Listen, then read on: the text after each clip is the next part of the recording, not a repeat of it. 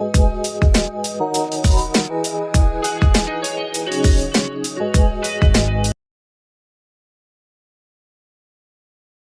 top story this morning, the government shutdown now day 7. So a full weekend and lawmakers still have not reached a budget deal. Now the Senate is set to vote yet again today on the government funding bill, but House lawmakers are out of session all week. So the blame game continues on Capitol Hill as the impacts of the shutdown are starting to be felt more and more across the D.C. region. So we have live team coverage for you this morning.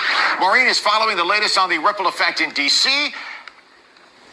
But first, we're going to begin this morning with Melanie Alwick, who's live with the latest on all of the negotiations. And Melanie, day 7, and things still appear to be really at a standstill.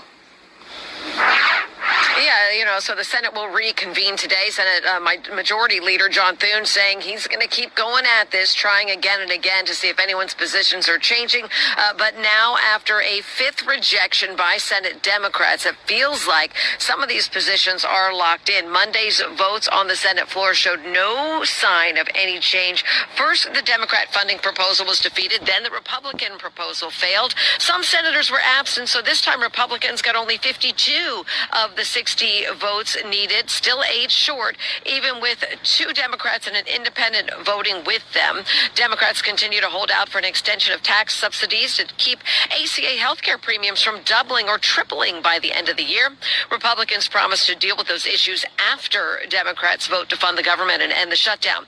But there's no trust on either side, and a lot of this is going to come down to public opinion and pressure. A red herring is a distraction.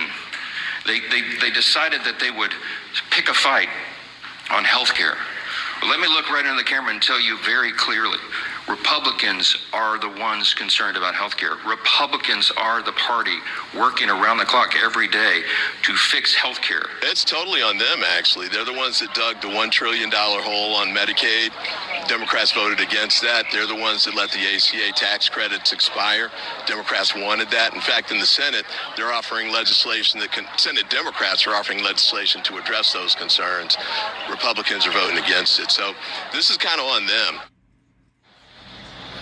Now, in the Oval Office Monday afternoon, President Trump told reporters that conversations were taking place with Democrats and some, quote, good things could be happening with health care. Later, he walked that back on his Truth Social page, posting he's happy to work with Democrats on their, quote, failed health care policies, but first, they must allow the government to reopen. Now, we are seeing some talks, again, not necessarily with the president, because Democrats have said, despite what the president said, they haven't heard from him, but there are still some